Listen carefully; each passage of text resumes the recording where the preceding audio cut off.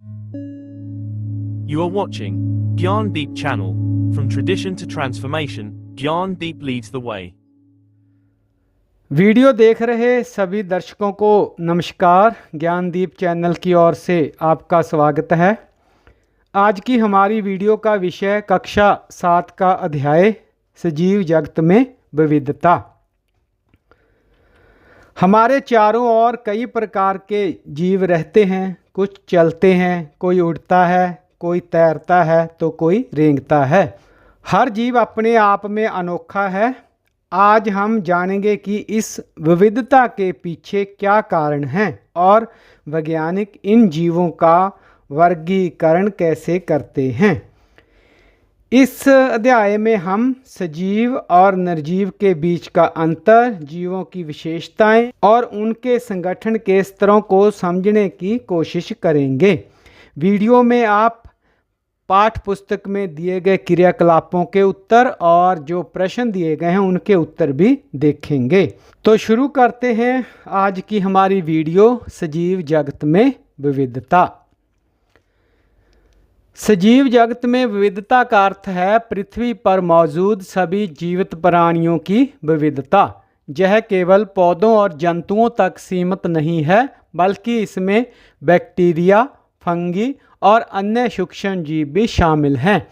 जैव विविधता 3 स्तरों पर होती है। आनुवंशिक विविधता, जीनों में विभिन्नता के आधार पर, प्रजाति विविधता, भिन्न प्रकार के जीव, और पारिस्थितिक विविधता, विभिन्न प्रकार के पर्यावरण में रहने वाले जीव। उदाहरण के लिए एक जंगल में हजारों प्रकार के पौधे, पक्षी, कीड़े और जानवर एक साथ रहते हैं जो इस विविधता को दर्शाते हैं। यह विविधता प्रकृति की सुंदरता बढ़ाती है और जीवन को संतुलित रखती है। पाठ्य पुस्तक में बताया गया है कि कैसे सुख्त वर्षा के बाद सुहावनी सुबह में प्रकृति की सैर करते हुए हम इस विविधता को महसूस कर सकते हैं, जिसमें पक्षियों की चहचहाहट और विभिन्न पौधों की खुशबू शामिल है। पौधों में विविधता। पौधे हमारे आसपास की दुनिया का महत्वपूर्ण हिस्सा हैं। वे विभिन्न आकार, प्रकार और विशेषताओं में पाए जाते हैं। पौधों को उनके तने, पत्तियों, जड़ों और फूलों के आधार पर समूहों में बांटा जा सकता है।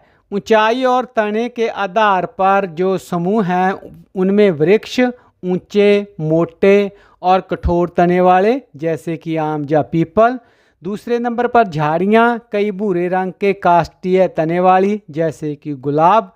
शाख छोटे, कोमल और हरे तने वाले जैसे कि टमाटर। और आरोही लता जिनमें दुर्लभ तने वाली जो सहारे पर चढ़ती हैं जैसे कि अंगूर की बेल। बिसर्पी लता जो कि भूमि पर फैलने वाली होती है जैसे कि तरबूज की बेल। पत्तियों के शिराविन्यास के आधार पर वर्गीकरण। जाल का रूपी शिराविन्यास, शिराओं का जाल जैसा पैटर्न जैसे कि गुड़हल या आम की पत्तियां। इसके अलावा समानांतर शिराविन्यास, शिराएं समानांतर चलती हैं जैसे केला या घास की पत्तियां और उन पे बनी हुई शिराएं। जड़ों के आधार पर वर्गीकरण। इसमें मूसला जड़, मुख्य जड़ से छोटी जड़ें निकलती हैं जैसे सरसों में होती है या गुड़हल में होती है। और दूसरा है रेशेदार जड़ें, गुच्छों में पतली जड़ें जैसे कि घास या फिर गेहूं की। सामान्यतः जालका रूपी शिराविन्यास वाले पौधों में मूसला जड़ें होती हैं, जबकि समांतर शिराविन्यास वाले में रेशेदार जड़ें। यह विविधता पौधों को विभिन्न पर्यावरण में जीवित रहने में मदद करती है। उदाहरण के लिए जल में रहने वाले पौधे जैसे कि कमल में चौड़ी पत्तियां होती हैं जो पानी पर तैरती हैं और हवा व सूरज की रोशनी ग्रहण करती हैं। जंतुओं में विविधता। जंतु भी विविध हैं और उन्हें उनकी विशेषताओं जैसे कि गति, आकार, रंग और रहन सहन के आधार पर समूहों में बांटा जा सकता है। गति के आधार पर हम वर्गीकरण कैसे कर सकते हैं, जैसे कि उड़ने वाले जिसमें पक्षी जैसे कोया, चिड़िया, तोता जिनके पंख होते हैं। दौड़ने वाले शेर या हिरण जिनके पैर मजबूत होते हैं, रेंगने वाले, सांप, अजगर और कई प्रकार के कीड़े, तैरने वाले जिनमें मछली जिनके पंख या फिन होते हैं जिनसे वे सांस लेते हैं और धारा रेखित शरीर होते हैं, और इसके अलावा कूदने वाले जिसमें मेंढक और कांगारू जैसे जीव शामिल हैं। अन्य विशेषताएं हैं जो जंतु, उनमें वर्गीकरण के लिए कि जंतु क्या खाते हैं उस आधार पर उनका वर्गीकरण किया जा सकता है, जैसे कुछ शाकाहारी हैं तो कुछ मांसाहारी हैं। कहाँ रहते हैं इस आधार पर उनका वर्गीकरण किया गया है। जल में रह सकते हैं जो उनका वर्गीकरण अलग से, थल में रहने वालों का अलग से और हवा में उड़ने वालों का अलग से। इसके अलावा रंग के आधार पर भी हम उनका वर्गीकरण कर सकते हैं। कुछ जीव जंतु छिपाव के लिए भी जो है अपना रंग बदलते हैं, जैसे कि गिरगिट यह रंग बदलकर छिप जाता है, जबकि ध्रुवीय भालू का जो सफ़ेद फर होता है वह उन्हें बर्फ में छिपने में मदद करता है। अफ्रीकी कांटेदार चूहे जल्दी गांव भरते हैं और उभयचर जैसे मेंढक जल और थल दोनों जगहों पर रह सकते हैं। विभिन्न परिवेश में अनुकूलन कैसे करते हैं जीव जंतु। पौधे और जंतु अपने आवास के अनुसार अनुकूलित होते हैं। अनुकूलन वे विशेषताएं हैं जो उन्हें जीवित रहने में मदद करती हैं। मरुस्थल है सबसे पहले, जहाँ कम पानी, गर्म दिन और ठंडी रातें होती हैं। पौधे जैसे नागफनी में मांसल तना पानी संग्रहित करता है। ऊंट कम पसीना बहाते हैं और अपने कुबड़ में भोजन संग्रहित करते हैं। राजस्थान के ऊंट में एक कुबड़ होता है और लद्दाख जैसे जो एरिया है वहाँ रहने वाले ऊँटों में 2-2 कुबड़ पाए जाते हैं। पर्वतीय क्षेत्र जहाँ पर ठंड पड़ती है, हिमपात होता है, वहाँ पर देवदार के वृक्ष शंखाकार होते हैं ताकि बर्फ़ जो है वो फिसल जाए, और बुरांस की छोटी ऊंचाई और पत्तियाँ तेज हवाओं में उनकी सहायता करती हैं। जलीय क्षेत्र यानी कि पानी में मछली का धारा रेखित शरीर उन्हें तैरने में मदद करता है। कमल की पत्तियां पानी पर तैरती हैं। घास के मैदान में लंबे पैर वाले जंतु जैसे चीता दौड़ने में कुशल होते हैं। तो ये जो स्थितियां हैं ये इन पक्षियों को, पौधों को, जानवरों को अनुकूलन पर्यावरण के अनुसार विकसित करती हैं। जैसे कि ध्रुवीय क्षेत्रों में मोटी चर्बी वाली जो सील है वह पाई जाती है। तो इस प्रकार से जंतु जो विभिन्न प्रकार का परिवेश होता है वहाँ पर अनुकूलित होते हैं और इस प्रकार अपना जो जीवन बचाए रखते हैं। जैव विविधता का महत्व। जैव विविधता जीवन के लिए जरूरी है। यह पारिस्थितिक तंत्र को स्थिर रखती है, जैसे कि मिट्टी की उर्वरता, कीट नियंत्रण, परागकण और जल शुद्धिकरण। यह भोजन सुरक्षा, दवाइयाँ जिसमें पौधों से बनी दवाएं शामिल हैं, आर्थिक लाभ और जलवायु नियंत्रण प्रदान करती हैं। बिना विविधता के अगर एक प्रजाति नष्ट हो जाए तो पूरा तंत्र प्रभावित होता है। जैसे कि मधुमक्खियां परागकण करती हैं जो फसलों के लिए बहुत जरूरी है। संरक्षण की आवश्यकता। आवास नष्ट होने से जैव विविधता कम हो रही है, जैसे जंगल कटाई या फिर प्रदूषण से। पुराने समय में कई पक्षी और कीड़े अब हमें कम दिखाई पड़ते हैं या लुप्त हो चुके हैं। संरक्षण के लिए क्या किया जा सकता है? सबसे ज़रूरी है जंगलों की रक्षा करना, प्रदूषण को कम करना, संरक्षित क्षेत्र बनाना जहाँ की ये पशु पक्षी आराम से जो है बिना डर के विचरण कर सकें। हम सभी योगदान दे सकते हैं। इसके लिए हमें ज़्यादा से ज़्यादा पेड़ लगाने चाहिए, कचरा नहीं फेंकना चाहिए और सबसे ज़रूरी है आमजन में जागरूकता फैलाएं। तो इस पाठ का निष्कर्ष क्या है? सजीव जगत की विविधता प्रकृति का अनमोल उपहार है।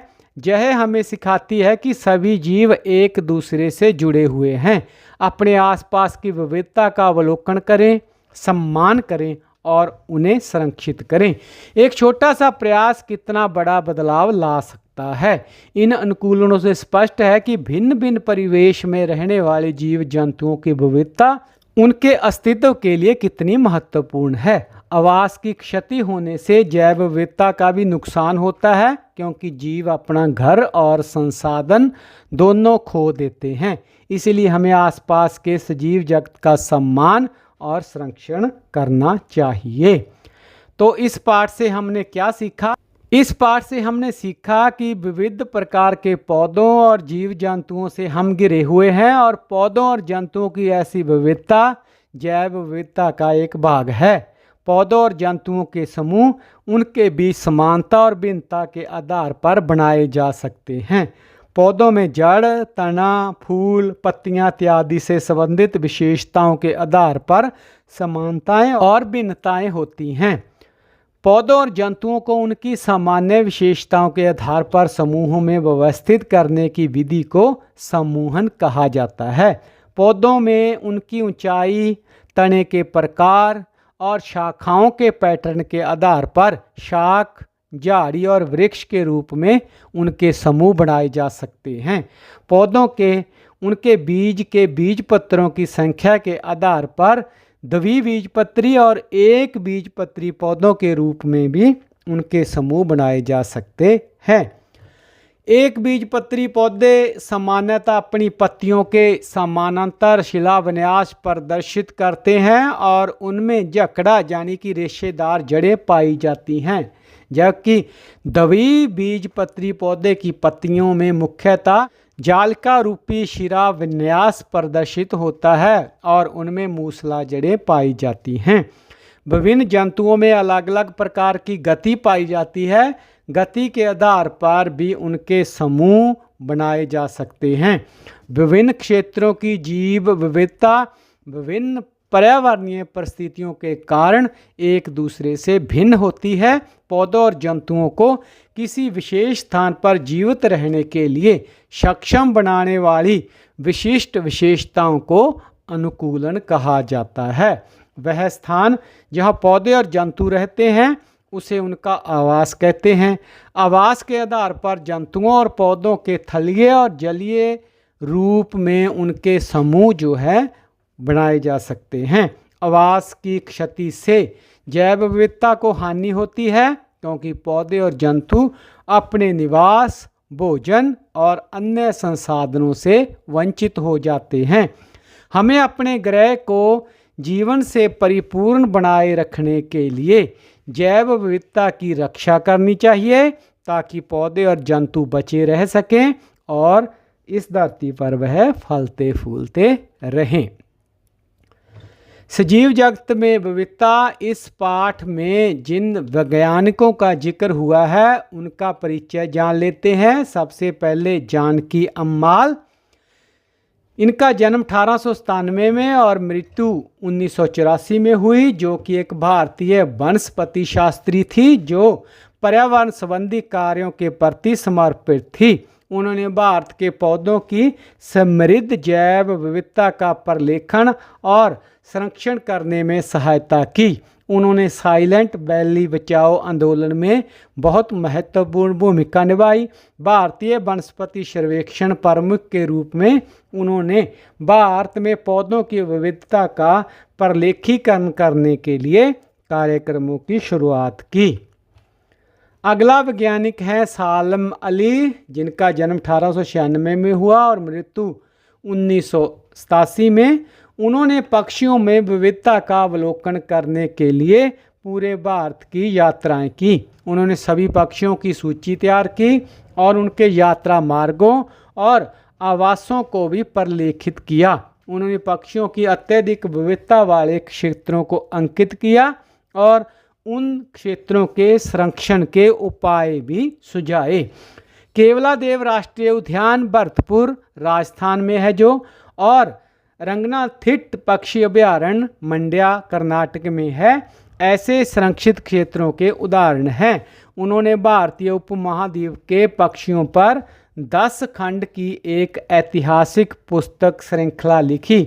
उन्हें भारत का पक्षी पुरुष यानी बर्ड मैन ऑफ इंडिया भी कहा जाता है। उनके योगदान के लिए उन्हें 1976 में पद्म विभूषण सम्मान से सम्मानित किया गया था।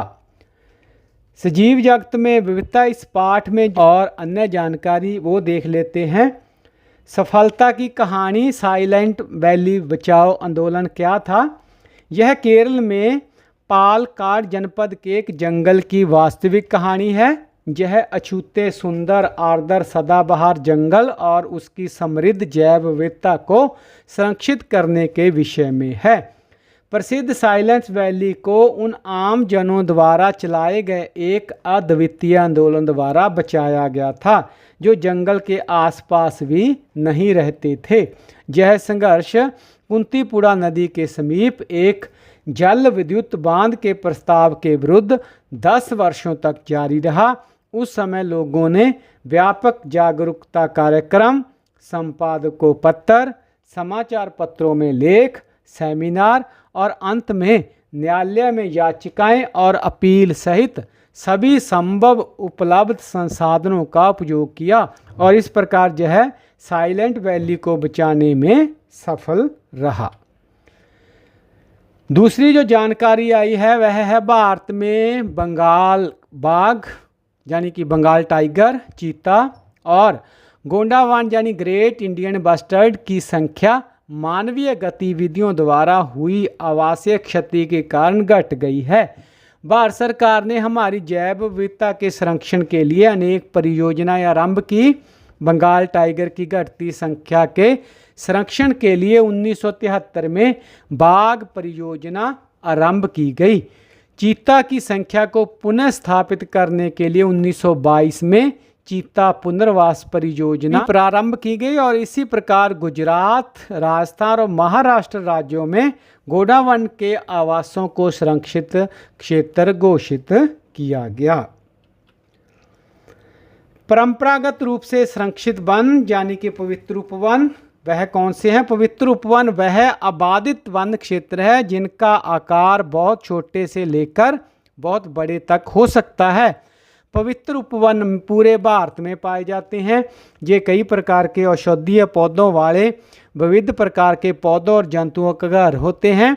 इनका संरक्षण स्थानीय समुदाय द्वारा किया जाता है और जहाँ किसी को भी किसी जीव जंतु को हानि पहुँचाने, पेड़ों को काटने या उस क्षेत्र को क्षति पहुंचाने की अनुमति नहीं होती। इस प्रकार पवित्र उपवन सामुदायिक रूप से संरक्षित जैव संपदा हैं। सजीव जगत में विविधता इस पाठ में दिए गए क्रियाकलाप और गतिविधियां उनके उत्तर इस प्रकार से हैं। क्रियाकलाप 2.1 जिसमें लिखा गया ये खोजें और अंकित करें। अपने शिक्षक के साथ मिलकर विद्यालय के उद्यान या आसपास के उपवन यानी बाग की प्रकृति का कार्यक्रम बनाएं। प्रकृति की सैर करते समय विभिन्न पौधों, कीटों, पक्षियों और अन्य जंतुओं को देखें। साथ ही मौसम की स्थितियों जैसे कि मौसम गर्म है, ठंडा है, तेज हवा चलती है, इसको भी अंकित करें। आप भूमि पर गिरे हुए अलग अलग प्रकार के पत्तों और फूलों को एकत्रित करके एक स्क्रैप बुक बना सकते हैं। प्रकृति में पौधों और जंतुओं के साथ छेड़छाड़ ना करें, उनका ध्यान रखें। सुनिश्चित करें कि आप उद्यान में फूल पत्ती को ना तोड़ें। विभिन्न पौधों में तने, पत्तियों और फूलों और किसी भी अन्य रोचक जानकारी के बारे में किए गए अवलोकनों को तालिका 2.1 जो कि आपकी पाठ पुस्तक में दी गई है वहाँ पर जो रिक्त स्थान है वहाँ पर अंकित करें। आपके लिए 2.1 और तालिका 2.1 के कुछ उदाहरण भी दिए गए हैं, तो उदाहरणों को समझना है और उसी प्रकार से आपने क्या सीखा जो यात्रा की, उद्यान जो उपवन की सैर की, तो अपने परिणाम वहाँ पर जो है आपने लिखने हैं। आप कैसे लिख सकते हैं इसका एक उदाहरण यहाँ पर हम प्रस्तुत कर रहे हैं। जैसे कि हमारे आसपास उपस्थित विभिन्न पौधों का अवलोकन। पहले नंबर पर सामान्य घास, इसका तना कोमल और पतला होता है, पत्तियाँ छोटी, हरी और एक करके निकली होती हैं, फूल हरे रंग के और छोटे होते हैं और घास पर ओस की बूंदें आपको दिखाई दे सकती हैं। तुलसी कठोर और पतला तना होता है, जो पत्तियां गोल गोल और जोड़ी में होती हैं। गुलाबी या फिर बैंगनी रंग के इसके फूल आते हैं और इसका जो विशेषता है वह है इसकी खुशबू, जो कि बहुत अच्छी होती है। गुड़हल मोटा और कठोर तना होता है, बड़ी बड़ी और दांतेदार इसकी पत्तियां होती हैं, बड़े बड़े और लाल रंग के इस पे फूल लगते हैं, तने पर कांटे आदि नहीं होते। नीम मोटा और कठोर तना होता है इसका, लंबी लंबी और हरी पत्तियां, बिल्कुल छोटे छोटे सफ़ेद फूल आते हैं और पत्तियां इसकी कड़वी होती हैं। गुलाब इसका जो तना है कठोर होता है, नुकीली और हरी पत्तियां होती हैं, लाल और सुगंधित फूल होते हैं इसके और तने पर कांटे देखे जा सकते हैं। तो इस प्रकार से आप भी अवलोकन करके जो भी आपने देखा उसके विषय में जहाँ पर लिखना है तालिका 2.1 में। प्रकृति की सैर का कार्यक्रम आप जो है एक रिपोर्ट भी बना सकते हैं कि आपने कब किया, जैसे समय लिख सकते हैं सुबह 8 से 9:30 तक, स्थान कौन सा था, विद्यालय के बगीचे में गए या फिर बाहर खेतों वगैरह में गए, वहाँ स्थान का आपने जिक्र करना है। गतिविधियाँ क्या की आप लिख सकते हैं कि शिक्षक के साथ उद्यान की सैर की, पौधों कीटों और पक्षियों को देखा, मौसम के विषय में जानकारी देनी है कैसा था, और ज़मीन से जो अलग अलग पत्ते और फूल आपने इकट्ठा किए उनको आप पेस्ट करके स्क्रैप बुक बना सकते हैं। ध्यान रखना है कि पौधों और फूलों को बिल्कुल भी नुकसान नहीं पहुंचाना है, उन्हें तोड़ना नहीं है और सिर्फ देखना और उनसे सीखना है। तो आप लिख सकते हैं आखिर में, मुझे यह सैर करके बहुत मज़ा आया और मैंने नए पौधे देखे और उनके विषय में बहुत सारी जानकारी हासिल की। तो इस प्रकार से आप यह जो आपने जो सैर की उसकी रिपोर्ट तैयार कर सकते हैं। आपने देखा होगा कि पौधों में विभिन्न प्रकार की विशेषताएं पाई जाती हैं, जैसे लंबा और छोटा और कठोर और कोमल तना हो सकता है उनका, विभिन्न आकृतियों की पत्तियां और तने पर पत्तियों का विन्यास जो है वो अलग अलग हो सकता है, फूलों के रंग आकार उनमें सुगंध में भिन्नता पाई जाती है। सैर के समय देखे गए या फिर अपने पूर्व के अनुभवों के आधार पर जंतुओं की एक सूची बनाएं, उनके रहने के स्थान, उनके भोजन और गति के प्रकार को तालिका 2.2 में दिए गए रिक्त स्थानों में अंकित करें। तो बच्चों इस प्रकार से आपने अवलोकन भी कर सकते हैं जंतुओं का, या फिर आपका जो अनुभव है आपने अब तक जो देखा है उसके आधार पर भी आप इस तालिका को पूरा कर सकते हैं।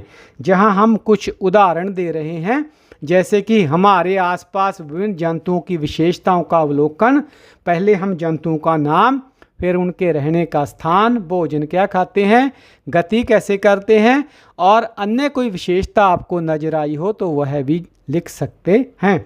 जैसे कौवा वृक्ष पर रहता है मोस्टली, भोजन इसका कीट, और गति का प्रकार उड़ना और चलना, और सुबह बहुत तेज़ी से उन्हें उड़ते हुए, शाम को समय भी उड़ते हुए देखे जा सकते हैं, और इनका जो आवाज़ है काँव काँव की होती है, कर्कश आवाज़ होती है, तीखी होती है। चिड़िया यह भी मकान और वृक्षों में रहती है, कीट बीज और छोटे कीट खाती है, गति का प्रकार उड़ती है और सुंदर रंग की होती है और चहचहाती हैं।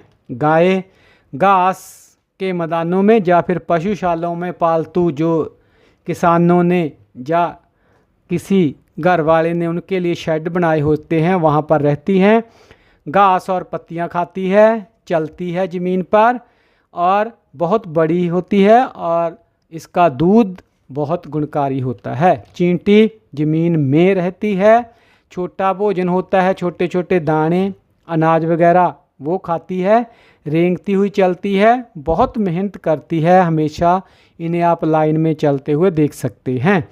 कुत्ता घर और सड़क दोनों पर मिल जाएगा, रोटी और मांस दोनों खाता है, चलता है और दौड़ता है। अन्य विशेषता है यह भौंकता है और मनुष्य का वफादार भी माना गया है। तितली फूलों के पास देखी जा सकती है, फूलों का रस जो है ये चूसती है, इसका भोजन है। उड़ती है और बहुत से रंगों में पाई जाती है, रंग बिरंगी होती है और बहुत सुंदर दिखती है। तो इस प्रकार आप लिख सकते हैं कि सैर के दौरान मैंने इन जो भी आपने देखे उन जंतुओं को देखा और उसमें जो विशेषता जो अच्छा लगा वो लिखना है कि मुझे तितली पसंद आई क्योंकि वह बहुत सुंदर लगती है। आप अन्य के बारे में भी यहाँ पर किसी अन्य जंतु के बारे में भी लिख सकते हैं।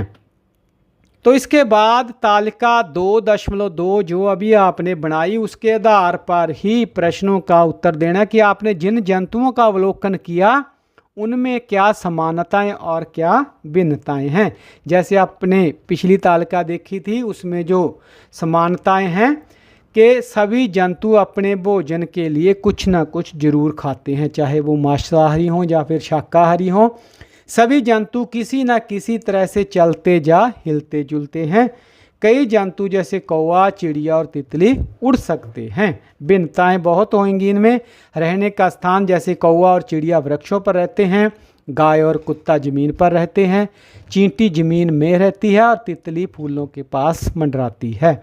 भोजन कौवा और चिड़िया कीट खाते हैं, गाय शाकाहारी है, घास खाती है, कुत्ता रोटी और मांस दोनों खा सकता है और चींटी छोटा भोजन करती है और तितली फूलों का रस पीती है। तो यह इनमें भिन्नताएं हैं। गति का प्रकार कौवा, चिड़िया, तितली उड़ते हैं, गाय और कुत्ता चलते हैं और चींटी रेंगती है।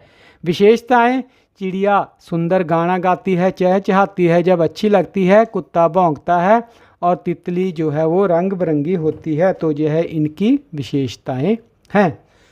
क्रियाकलाप 2.2 महत्व समझें। आपको कहा गया कि 30 सेकंड के लिए अपनी आंख बंद करें, एक पौधे और एक जंतु के बारे में सोचें जिसका आपने ध्यानपूर्वक अवलोकन किया हो और आपको सबसे ज़्यादा अच्छा लगा। अब विद्यार्थी अपने द्वारा सोचे गए पौधे और जंतु का चित्र ब्लैक बोर्ड पर बना सकते हैं। आप उसे ड्राइंग बुक या फिर कॉपी में भी बना सकते हैं। चित्र में बनाए गए विभिन्न पौधों या जंतुओं के बारे में आपके क्या विचार हैं। कक्षा के सभी विद्यार्थी जिन्होंने यह चित्र बनाए हैं पौधों और जंतुओं के, उनका अवलोकन करें। तो क्या आपको लगता है कि श्यामपट्ट पर बनाए गए चित्रित किए गए पौधे और जंतुओं के अतिरिक्त भी बहुत सारे जंतु और पेड़ पौधे हैं जो कि यहाँ पर चित्रित करने से रह गए हैं। तो इसके विषय में है, लिख सकते हैं कि मैंने 30 सेकंड के लिए आंखें बंद की, सोचा, मुझे तुलसी का पौधा और तितली अच्छी लगी, तुलसी की खुशबू बहुत पसंद आई और तितली के जो रंग हैं, सुंदर पंख हैं, वो मुझे अच्छे लगे। मुझे लगता है कि हर किसी को अलग अलग पौधे और जंतु पसंद हैं। हमारी कक्षा में लिख सकते हैं जितने बच्चे थे उनका जिक्र कर सकते हैं कितने बच्चे हैं। जैसे उदाहरण स्वरूप हम लिख सकते हैं कि 20 बच्चे हैं। लगभग हर किसी ने एक पौधा और एक जंतु का चित्र बनाया तो कुल 40 चित्र बने। तो आखिरी प्रश्न है कि इनके अलावा भी जो जंतु और पौधे हैं तो आप लिखेंगे कि हाँ, श्यामपट्ट पर जितने भी चित्र बने उससे कहीं ज़्यादा पौधे और जंतु इस धरती पर मौजूद हैं। उदाहरण के लिए मछली और मेंढक नहीं देखे लेकिन वे भी होते हैं। जंगल में तो और भी बहुत सारे जीव जंतु रहते हैं, पौधे होते हैं। क्रियाकलाप 2.3 आइए समूह बनाएं। विभिन्न प्रकार के पौधों और जंतुओं के चित्र को एकत्रित करें। आप पुरानी पत्रिकाओं, समाचार पत्रों, चार्ट और अन्य स्रोतों से उनके चित्र काट सकते हैं। इनमें से प्रत्येक चित्र को अलग अलग कार्ड पर चिपकाएं। अपनी कक्षा को 5-6 विद्यार्थियों के समूह में बांटें। समूह में साथियों द्वारा बनाए गए कार्ड को इकट्ठा करें। कार्ड में दिखाए गए पौधे और जंतुओं की विभिन्न विशेषताओं का अवलोकन करें। तालिका जो हमने पीछे बनाई है 2.1 और 2.2 उसमें लिखी पौधों और जंतुओं की विशेषताओं को भी याद करें। एक समान विशेषताओं के आधार पर उनके समूह बनाएं। आपके द्वारा बनाए गए पौधों और जंतुओं के समूहों के आधार पर कक्षा के अन्य समूहों को भी साझा करें और उन पर चर्चा करें। तो यह अगला क्रियाकलाप है। तो इस प्रकार से जो हमारी तालिका है 2.1 पौधों का अवलोकन, तो इसमें जो है कई पौधों का जिक्र है और उनके जो है गुण आदि दिए गए हैं। जैसे तुलसी, इसमें फूलों की उपस्थिति होती है, गुलाबी बैंगनी फूल लगते हैं, तना कठोर होता है, पत्तों का स्वभाव, इसके पत्ते हरे और मुलायम होते हैं और यह घर के पास या फिर घरों में उगाई जाती है। नीम, फूल होते हैं बहुत छोटे और सफ़ेद, तना बहुत कठोर होता है, लंबे और कड़वे पत्ते होते हैं और बगीचों में, सड़कों पर और घरों में मिल जाता है। गुड़हल लाल बड़े फूल होते हैं, कठोर तना, दांतेदार और हरे इसके जो पत्ते होते हैं। उद्यान में, पार्कों में, स्कूलों, दफ्तरों आदि में इसको उगाया जाता है। घास इसके फूल नहीं होते, जब बिल्कुल छोटे छोटे होते हैं, कोमल तना होता है, हरे और छोटे पत्ते होते हैं और ज़मीन पर उगती है। फूल होते हैं लाल और गुलाबी और अन्य रंगों में भी मिल जाते हैं। सुगंध बहुत आती है, कठोर तना होता है, नुकीले और हरे पत्ते होते हैं और आमतौर पर पार्कों में, बाग बगीचों में और गमलों आदि में भी इसको उगाया जाता है। क्रियाकलाप 2.4 समूह बनाएं। कुछ रोचक अवलोकनों के लिए एक बार पुनः प्रकृति की सैर करें। विभिन्न पौधों की ऊंचाई को देखें। क्या ये सभी पौधे आपस में बराबर हैं या फिर एक दूसरे से छोटे बड़े हैं? तने का रंग कैसा है? कईयों का भूरा मिलेगा, हरा। साथ ही तनों को छू कर देखें, उन्हें धीरे से मोड़ने का यत्न करें। कुछ सरलता से तने मुड़ जाते हैं जबकि कुछ कठोर होते हैं जिन्हें हम मोड़ नहीं सकते। यह भी देखा होगा कि पौधों की शाखाएं कहाँ से निकलती हैं। कुछ पौधों में भूमि के निकट से निकलती हैं और कुछ तने के बिल्कुल ऊपरी भाग से निकलती हैं। इस प्रकार के अवलोकनों को तालिका 2.3 में दिए गए खाली स्थानों में भरें। तो किस प्रकार से आप भर सकते हैं उसका उदाहरण है यह बच्चों। तो सबसे पहले पौधे का नाम, उसके बाद पौधे की ऊंचाई और तने की प्रकृति, उसके बाद तने की मोटाई या पतला होने के बारे में लिखना है। शाखा कहाँ से निकलती है, तने का रंग और पौधे का समूह जो हमने शुरू में बनाए थे उसके आधार पर उसका समूह लिखना है। पहला आम ऊंचा पेड़ होता है, कठोर तना होता है और तना मोटा होता है। तने में ऊंचाई पर इसकी जो शाखाएं निकलती हैं, भूरे रंग का तना और यह वृक्ष की कैटेगरी में आता है। गुलाब मध्यम आकार का होता है, तना कठोर होता है और तना पतला होता है। तने में जो ऊंचाई पर इसके जो है शाखाएं निकलती हैं, भूरा रंग होता है तने का और यह झाड़ी की कैटेगरी में हम इसको रखते हैं। टमाटर छोटा पौधा होता है, ऊंचाई छोटी होती है, तना कोमल होता है और पतला होता है। भूमि के पास से इसकी शाखाएं निकलती हैं, हरे रंग का तना होता है और शाख की हम कैटेगरी में इसको रखते हैं। तुलसी मध्यम आकार का पौधा होता है, कोमल और पतला तना होता है, भूमि के पास से शाखाएं निकलती हैं, तना हरे रंग का होता है और जड़ी बूटी जो है उस समूह में हम इसको रखते हैं। नीम ऊंचा पौधा होता है, कठोर मोटा तना होता है और तने में ऊंचाई पर इसकी शाखाएं निकलती हैं, भूरे रंग का तना और वृक्ष की कैटेगरी में हम इसको रखते हैं। और घास इसका जो ऊंचाई बहुत कम होती है, कोमल और पतले तने होते हैं, भूमि के पास से इसकी शाखाएं निकलती हैं, हरे रंग के तने होते हैं और शाख की जो कैटेगरी है उसमें हम इसको रखते हैं। क्रियाकलाप 2.5 आइए तुलना करें। प्रकृति की सैर के समय आपके द्वारा एकत्रित किए गए विभिन्न पौधों की पत्तियों को देखें। क्या आपको इन पत्तियों की प्रकृति और संरचना में विभिन्नता दिखाई देती है? तो आपके सामने स्क्रीन पर भी आप 3 प्रकार की पत्तियां देख सकते हैं। पहली है जालिका रूपी शिरा विन्यास युक्त गुड़हल की पत्ती, जिसमें जो शिरा विन्यास हैं वो जाल का रूप लिए हुए हैं। दूसरा समांतर शिरा विन्यास युक्त केले की पत्ती, इसमें जो शिराएं हैं वो समानांतर होती हैं, जाल नहीं बनाती। और तीसरा समांतर शिरा विन्यास युक्त घास की पत्ती। तो इस प्रकार से आप यहाँ पर विभिन्न प्रकार के शिरा विन्यास को प्रदर्शित करती हुई पत्तियाँ देख रहे हैं। तो इन चित्रों के आधार पर या जो आपने स्क्रैप बुक बनाई है उसके आधार पर आप जो है एक रिपोर्ट तैयार कर सकते हैं और लिख सकते हैं कि मैंने चित्र 2.4 को ध्यान से देखा और पत्तियों की शिराएं भी देखी जो कि अलग अलग हैं।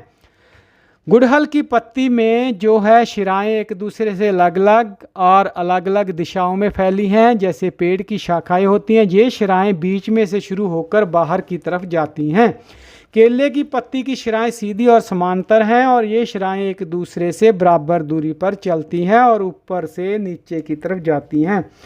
अंतर क्या है? गुड़हल की पत्ती में शिराएं फैली हुई हैं, अलग अलग हैं, जबकि केले की पत्ती में शिराएं सीधी हैं और बराबर हैं। तो इस प्रकार से आप यह रिपोर्ट तैयार कर सकते हैं। क्रियाकलाप 2.6 आइए पता लगाएं। किसी खुले मैदान में जाएं जहां जंगली शाक या घास हो।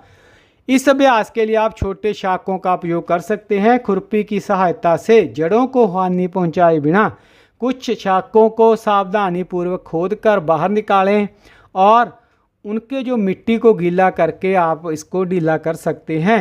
जड़ों को पानी से धोएं और उनका अवलोकन करें। तो बच्चों, इस प्रकार से आपको अलग अलग प्रकार की जड़ें देखने को मिलेंगी। जैसे कि सरसों का पौधा आपने देखा, उसकी जड़ें देखी हो तो उसमें मूसला जड़ तंत्र होता है, जबकि सामान्य जो घास है उसमें रेशेदार जड़ तंत्र मिलेगा। तो एकत्रित किए गए पौधों की जड़ों में समानताएं क्या हैं और भिन्नताएं क्या हैं? समानताएं ये हैं कि सभी पौधों की जड़ें मिट्टी में रहती हैं और पौधे को खड़ा रखती हैं, और जड़ें पानी और खाद्य पदार्थ जमीन से लेती हैं। भिन्नताएं क्या हैं? कुछ जड़ें मोटी होती हैं जैसे सरसों की, और कुछ पतली होती हैं जैसे कि घास की। कुछ जड़ें गहरी जमीन में जाती हैं जैसे सरसों की, और कुछ ऊपर की मिट्टी में रहती हैं जैसे कि घास की जड़ें। जो चित्र है 2.5 क और 2.5 ख, इनमें जड़ों में जो विभिन्नताएं हैं, जैसे कि सरसों का पौधा देखा, इसकी जड़ें मोटी और गहरी हैं, जड़ें नीचे की ओर फैली हुई हैं और पौधे को मजबूती देती हैं। जबकि जो दूसरा चित्र है घास का पौधा, इसकी जड़ें पतली हैं, ऊपर की मिट्टी में फैली हुई हैं और ये जड़ें ज़्यादा गहरी नहीं जाती। दोनों में अंतर क्या है? सरसों की जड़ें मोटी और गहरी, जबकि घास की जड़ें पतली और ऊपर की तरफ होती हैं। तो अंत में हम लिख सकते हैं कि जड़ों का आकार पौधे के प्रकार पर निर्भर करता है। क्रियाकलाप 2.7 आइए संबंध ढूंढें। अपने विद्यालय की नर्सरी यानी पौधाघर या किसी अन्य नर्सरी से 5 सामान्य पौधों की पौध को इकट्ठा करें। उन्हें विद्यालय में जो आपका बाग है, पार्क है, वहाँ लगाएं। पौधे के उदाहरण जैसे कि लेमन घास, गेंदा, सदाबहार और अन्य पुष्पीय पौधे आप ले सकते हैं। उन्हें लगाने से पहले उनकी जड़ों और पत्तियों के शिराविन्यास का अध्ययन करें और अपने अवलोकनों को तालिका 2.4 में अंकित करें। तो अब इस तालिका में हमें जड़ों का जो प्रकार है वो लिखना है। तो पत्तियों के शिराविन्यास के आधार पर जड़ों के प्रकार, जिसमें लेमन घास है, इसकी पत्तियों का शिराविन्यास समांतर होता है और जड़ है वो रेशेदार। दूसरा तुलसी, इसमें जालिकाकार पत्तियों का शिराविन्यास मिलेगा और मूसल जड़ें जो कि गहरी होती हैं वह मिलेंगी। नीम, जालिकाकार पत्तियों में शिराविन्यास, मूसल जड़ें गहरी होती हैं जो कि घास, समांतर जो पत्तियों का शिराविन्यास मिलेगा और रेशेदार जड़ें इसमें पाई जाती हैं। गुलाब, जालिकाकार पत्तियों में शिराविन्यास देखने को मिलेगा और मूसल जो है गहरी जड़ें जो है इसकी मिलेंगी। तो अंत में आपने निष्कर्ष लिखना है कि मैंने बगीचे की सैर में लेमन घास, तुलसी, नीम घास या गुलाब के पौधों को देखा। लेमन घास और घास की पत्तियों की शिराएं सीधी और समांतर हैं, जबकि तुलसी, नीम और गुलाब की पत्तियों में शिराएं जाल की तरह फैली हैं। इसी प्रकार जड़ों का अवलोकन किया तो उनकी मिट्टी हटाने पर पता लगा कि लेमन घास और घास की जड़ें पतली और रेशेदार हैं, जबकि तुलसी, नीम, गुलाब की जड़ें मोटी और गहरी हैं। इस प्रकार से आप अध्ययन जो है वो करके इस तालिका को पूरा कर सकते हैं और जो निष्कर्ष है वह भी निकाल सकते हैं। क्रियाकलाप 2.8, इसके बाद है चने और मक्का के बीजों को 2 या 3 दिन के लिए पानी में भिगोएं। चने के बीज का आवरण हटा के बीजों की संरचना देखें। अब चने और मक्का के बीजों की संरचना का अवलोकन करें, क्या वे समान हैं या फिर भिन्न हैं। तो आप स्क्रीन पर 2 चित्र देख रहे हैं, चने का जिसमें द्विबीज पत्री बीज होता है और दूसरी तरफ मक्का जिसमें एक बीज पत्री बीज मिलेगा। चने के बीज के आवरण के अंदर 2 भागों में आपको विभक्त चित्र मिलेगा और प्रत्येक भाग को एक बीज पत्र यानी कॉटिलीडन कहा जाता है। जिन पौधों के बीजों में 2 बीज पत्र होते हैं उन्हें द्विबीजपत्री यानी डाइकोटिलीन्स या डाइकॉट कहा जाता है। मक्का के बीज में एक पतला बीज पत्र होता है। ऐसे बीज वाले पौधे को एक बीजपत्री यानी कि मोनोकोटिलीन्स या मोनोकॉट कहा जाता है। क्रियाकलाप 2.9 आइए पता लगाएं। तो आपके सामने एक चित्र प्रदर्शित किया गया है। यह जो है जंतुओं की तालिका जो आपने 2.5 में बनाई थी उसमें सूचीबद्ध करें। जंतुओं की गति करने के तरीके को देखें और उनके चलने में उपयोग किए जाने वाले शरीर के अंगों के नाम भी बताएं। तालिका 2.5 जो कि अगली स्क्रीन पर आप देखेंगे उसमें आपको कुछ उदाहरण मिलेंगे, जैसे कि जंतुओं की गति और गति के लिए प्रयुक्त शरीर के अंग। सबसे पहले चिड़िया, गति का प्रकार उड़ना और गति के लिए प्रयुक्त शरीर का अंग है इसमें पंख। बकरी चलना और कूदना, पैर और पंजों से चलती है। कबूतर चलना और उड़ना, पैर और पंख का प्रयोग करते हैं गति के लिए। मकड़ी चलना और उड़ना, पैर और पर का प्रयोग करते हैं। मछली तैरती है पंख और पूंछ की सहायता से। मेंढक कूदना, इसके पैर होते हैं जिनकी सहायता से यह कूद लगाते हैं। कुत्ता दौड़ना पैर की सहायता से और तितली उड़ना पंखों की सहायता से। तालिका 2.5 जिसका भी आपने उदाहरण देखा उसके आधार पर आप क्या निष्कर्ष निकाल सकते हैं। तो इसका उत्तर है कि विभिन्न जंतुओं में अलग अलग प्रकार की गति होती है। कुछ जंतु उड़ सकते हैं, दौड़ सकते हैं, कुछ रेंगते हैं, कुछ चल सकते हैं, कूद या फिर फांद सकते हैं। ये जंतु एक स्थान से दूसरे स्थान तक जाने के लिए शरीर के विभिन्न अंगों का उपयोग करते हैं। इनके पास पंख, पैर और दूसरे अंग हो सकते हैं जो उन्हें चलने में सहायता करते हैं। चित्र और तालिका के माध्यम से हमने गति के प्रकार और गति के लिए प्रयुक्त शरीर के अंगों के आधार पर जंतुओं को पहचाना। हम जंतुओं को उनकी गति के आधार पर समूहों में कैसे बांट सकते हैं। इसके अतिरिक्त अनेक जंतु आकृति, आकार और संरचना, रंग और अन्य विशेषताओं में भी एक दूसरे से भिन्न होते हैं। इनमें कुछ विशेषताओं का उपयोग विभिन्न प्रकार के जंतुओं के समूह बनाने यानी कि उन्हें वर्गीकृत करने के लिए किया जा सकता है। पौधों की भांति जंतुओं के समूह बनाना उनकी विविधता को समझने के लिए महत्वपूर्ण होता है। सजीव जगत में विविधता पाठ के अंत में दिए गए कुछ प्रश्न और उनके उत्तर इस प्रकार से हैं। पहला प्रश्न है, 2 प्रकार के बीज दिए गए हैं। आप इन पौधों की जड़ों और पत्तियों के शिराविन्यास में क्या अंतर पाते हैं। पहला है गेहूं और दूसरा है राजमा। तो इसका उत्तर है गेहूं के जो बीज हैं वो बच्चों छोटे छोटे और पतले होते हैं। इनमें शिराएं बहुत महीन और सीधी सी दिखती हैं और छोटी छोटी रेखाएं इनमें होती हैं। राजमा के बीज बड़े और गोल होते हैं। इनमें शिराएं मोटी और घुमावदार दिखती हैं जैसे कि यह जाल की तरह फैली हो। अंतर, जौ की शिराएं पतली और सीधी हैं जबकि राजमा की शिराएं मोटी और घुमावदार हैं। हर बीज का शिराविन्यास अलग अलग होता है और यह देखना बहुत रोचक है। दूसरा प्रश्न, नीचे जंतुओं के नाम दिए गए हैं, उनके आवास के आधार पर समूह बनाना है। क खंड में जलीय जंतुओं को, ख खंड में थलीय जंतुओं को और ग खंड में जो दोनों जल और स्थल दोनों जगह पर रहते हैं उन जंतुओं के नाम लिखने हैं। जो नाम दिए गए हैं, घोड़ा, डॉल्फिन, मेंढक, भेड़, मगरमच्छ, गिलहरी, व्हेल, केंचुआ, कबूतर और कछुआ। खंड क में यानी कि जलीय आवासों में रहने वाले जंतु हैं डॉल्फिन, व्हेल और मगरमच्छ। धरती पर रहने वाले में घोड़ा, भेड़, गिलहरी, कबूतर और केंचुआ। और जो जल और स्थल दोनों जगह पर रहते हैं मेंढक और कछुआ। तीसरा प्रश्न है, मनु की माँ के पास एक शाक वाटिका है। एक दिन वह मिट्टी से मूली उखाड़ रही थी। उन्होंने मनु को बताया कि मूली एक प्रकार की जड़ है। एक मूली को सावधानीपूर्वक देखें और यह लिखें कि वह किस प्रकार की जड़ है। मूली के पौधों की पत्तियों में आपको किस प्रकार का शिलान्यास दिखाई देता है?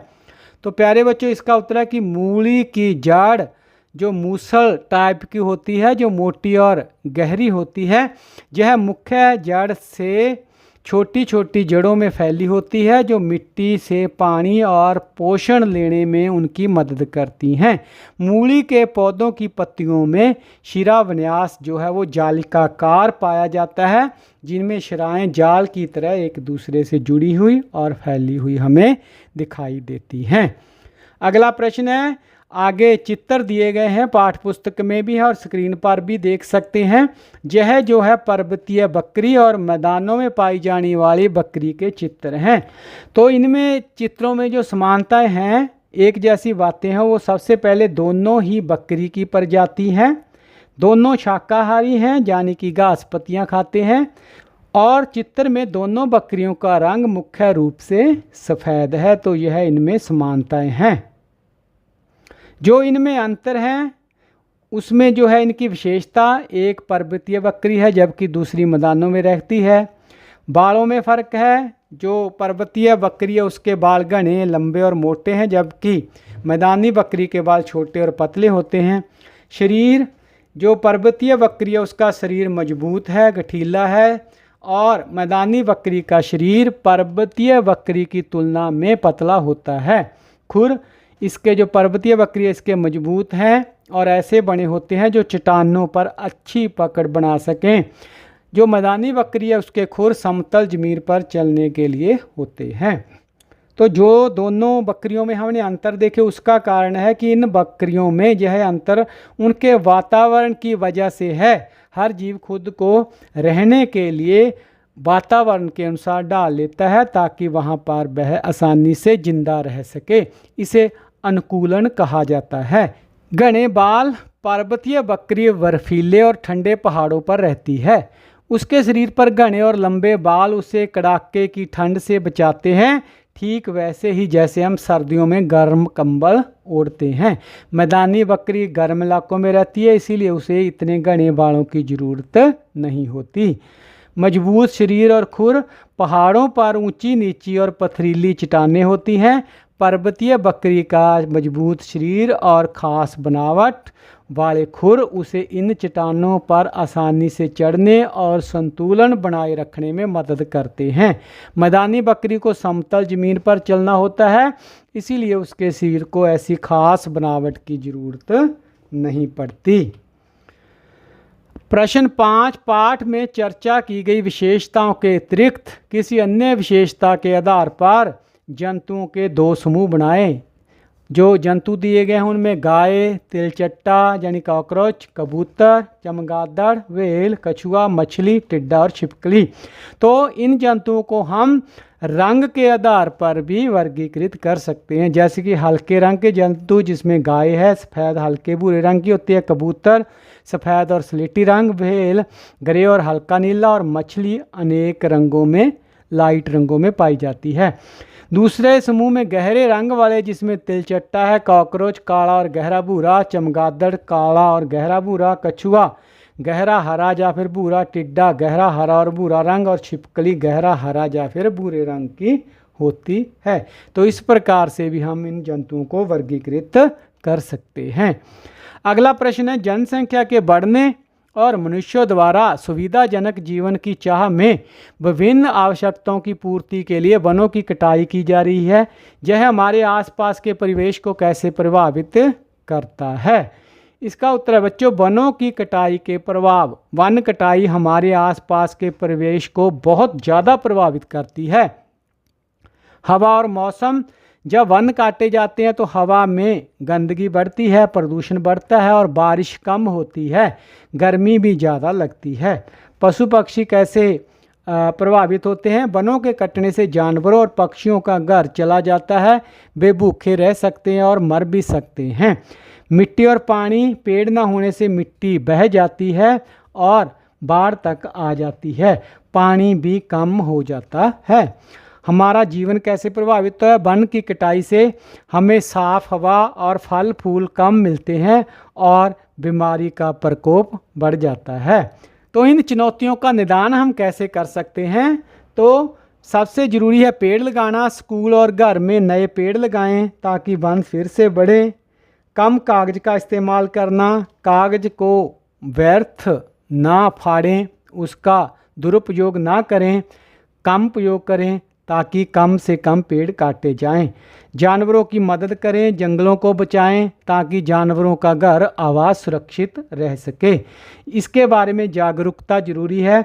सभी को अपने दोस्तों, मित्रों, परिवार वालों को बताएं, वनों का महत्व बताकर जागरूकता लाएं ताकि वे लोग भी वनों को संरक्षित करें और ज़्यादा से ज़्यादा पेड़ पौधे लगाएं। प्रश्न 8, राज अपने मित्र संजय से तर्क करता है, गुड़हल का पौधा एक झाड़ी है। संजय इसके स्पष्टीकरण के लिए उससे कौन कौन से प्रश्न पूछ सकता है? तो संजय राज से गुड़हल के पौधे के बारे में यह स्पष्टीकरण मांग सकता है कि किस प्रकार कह रहे हो कि यह एक झाड़ी है। तो वह पूछ सकता है, गुड़हल के पौधे में कितने तने हैं? इसका तना कठोर है या फिर कोमल? गुड़हल की ऊंचाई कितनी होती है? इसके पौधे में शाखाएं कहाँ से निकलती हैं? क्या इसके फूल और पत्तियां साल भर रहते हैं? तो इस प्रकार से प्रश्न पूछकर वह इसके झाड़ी होने या ना होने के संदर्भ में निष्कर्ष निकाल सकता है।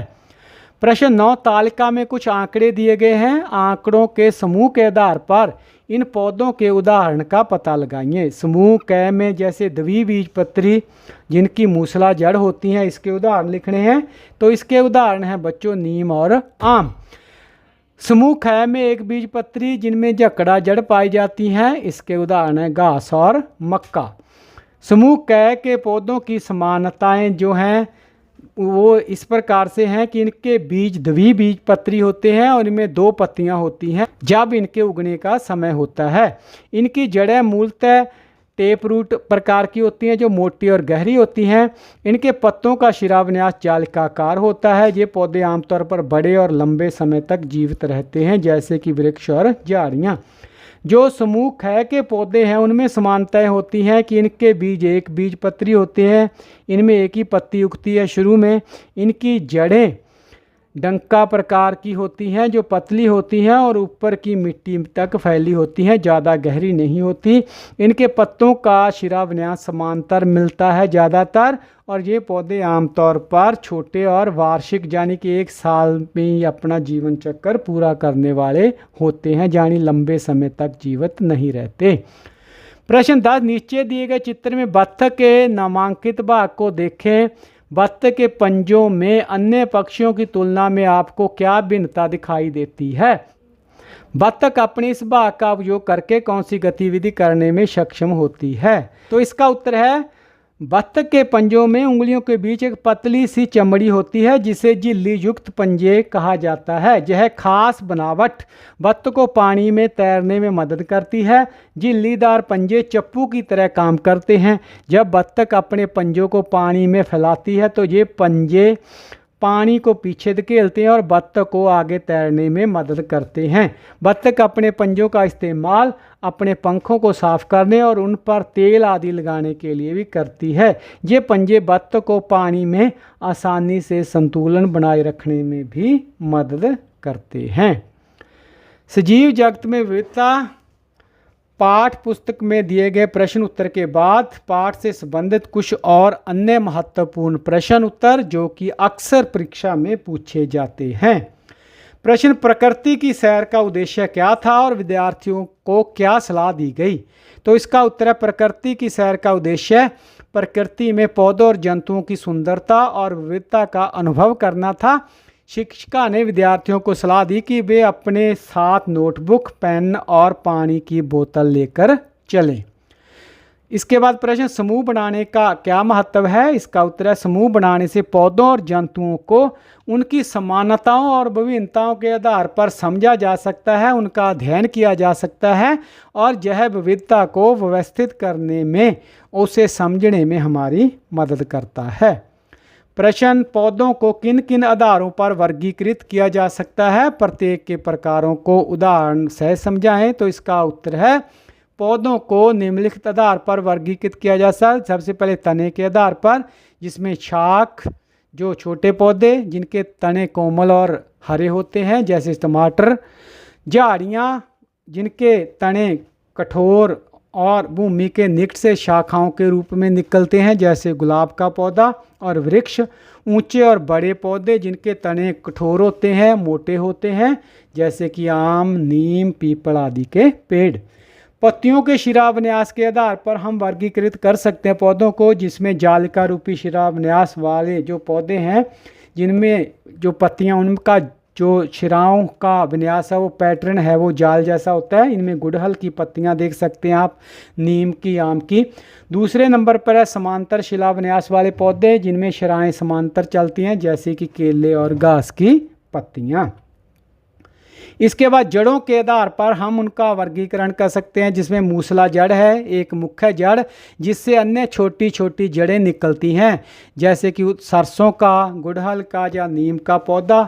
दूसरी है जकड़ा जड़ के आधार पर हम इनका वर्गीकरण कर सकते हैं जिसमें समान माप वाली पतली जड़ों का गुच्छा जो तने के आधार से ही निकलता है जैसे कि घास और गेहूं की जड़ें। प्रश्न, पत्तियों के शिराविन्यास और जड़ों के प्रकार के बीच में क्या संबंध है? तो इसका उत्तर है सामान्यतः, यानी कि ज़्यादातर जिन पौधों में जालिका रूपी शिलाविन्यास होता है उनमें मूसला जड़ें पाई जाती हैं जैसे गुड़हल, नीम, चना आदि। इसके विपरीत जिन पौधों में समांतर शिलाविन्यास होता है उनमें जकड़ा जड़ें होती हैं जैसे घास और गेहूं आदि के पौधे। प्रश्न है, जंतुओं को किस आधार पर वर्गीकृत किया जा सकता है? तो इसका उत्तर है जंतुओं को कई प्रकार से हम वर्गीकृत कर सकते हैं। सबसे पहले गति के आधार पर जिसमें उड़ने वाले पक्षी जैसे कौवा, चिड़िया आदि, दौड़ने वाले शेर और हिरन आदि, रेंगने वाले सांप, कीड़े, अजगर आदि, तैरने वाले मछली और इसमें कछुआ, मेंढक आदि, और कूदने वाले मेंढक और कंगारू आदि। खान पान के आधार पर शाकाहारी जिसमें गाय, भैंस आदि हैं, मांसाहारी शेर, चीता आदि हैं, और सर्वाहारी जिसमें मनुष्य है। उसके बाद रहने के स्थान के आधार पर जैसे कि जो जल में रहते हैं मछली आदि, थल पर रहते हैं, धरती पर रहते हैं बकरी, गाय आदि, उभयचर जो दोनों जगह रहते हैं मेंढक और कछुआ। शारीरिक संरचना जिसमें पंख है, पैर है, फिन है और कुबड़, इसके आधार पर भी हम जंतुओं को वर्गीकृत कर सकते हैं। प्रश्न, अनुकूलन किसे कहते हैं? उदाहरण भी दें। इसका उत्तर है वे विशिष्ट विशेषताएं जो पौधों और जंतुओं को किसी विशेष क्षेत्र में जीवित रहने में सक्षम बनाती हैं उसे अनुकूलन कहते हैं। ये विशेषताएं उनके आवास की परिस्थितियों के अनुसार विकसित होती हैं जैसे कि पर्वतीय क्षेत्र, वहाँ पर देवदार के पौधों की जो आकृति है वह शंक्वाकार होती है, झुकी हुई शाखाएं बर्फ को उन पर टिकने नहीं देती जिससे वे हिमपात के बाद भी जीवित रहते हैं। दूसरा उदाहरण है मरुस्थल का। गर्म मरुस्थल में ऊंट के लंबे पैर और चौड़े खुर उन्हें रेतीली जमीन पर बिना धंसे चलने में मदद करते हैं। प्रश्न है, आवास क्या है? विभिन्न प्रकार के आवासों का उदाहरण दें। आवास वह स्थान है जहाँ कोई पौधे और जंतु रहते हैं। यह उन्हें जीवित रहने के लिए भोजन, जल, वायु और आश्रय जैसी आवश्यकताएं प्रदान करता है। जलीय आवास, जल में रहने वाले जीवों का आवास जैसे कि तालाब है, झील, नदियाँ और महासागर हैं। स्थलीय आवास, स्थल पर रहने वाले जीवों का आवास, उदाहरण मरुस्थल, पर्वत और वन। प्रश्न है, सजीव जगत में विविधता क्या है? इसका उत्तर है सजीव जगत में विविधता का अर्थ है पृथ्वी पर मौजूद सभी जीवित प्राणियों, पौधे, जंतु, बैक्टीरिया, फंगस और सूक्ष्म जीव की विशेषताएं और विभिन्नताएं। यह 3 स्तरों पर होती है। आनुवंशिक विविधता, जीनों में विभिन्नता जैसे पाई जाती है, प्रजाति विभिन्नता, विभिन्न प्रकार की प्रजातियां, और पारिस्थितिक विविधता। उदाहरण के लिए एक जंगल में विभिन्न प्रकार के पौधे, पक्षी और कीड़े एक साथ रहते हैं। प्रश्न है, जैव विविधता का महत्व क्या है? इसका उत्तर है जैव विविधता जीवन के लिए बहुत आवश्यक है। यह पारिस्थितिक तंत्र को स्थिर रखती है, मिट्टी की उर्वरता बनाए रखती है, कीटों को नियंत्रित करती है, भोजन को सुरक्षा प्रदान करती है जिससे कि विभिन्न फसलें इनसे उगती हैं। औषधियाँ उपलब्ध करवाती है। पौधों से बनी दवाएं जीवन रक्षक होती है। जलवायु नियंत्रण में हमारी मदद करती है। आर्थिक लाभ देती है जैसे कि पर्यटन और कृषि हमारे लिए बहुत मूल्यवान है।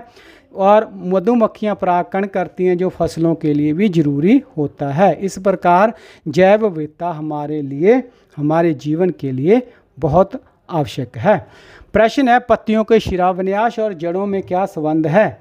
इसका उत्तर है, सामान्यतः जालका रूपी शिराविन्यास वाले पौधों में मूसला जड़ें होती हैं और समांतर शिलाविन्यास वाले पौधों में रेशेदार जड़ें पाई जाती हैं।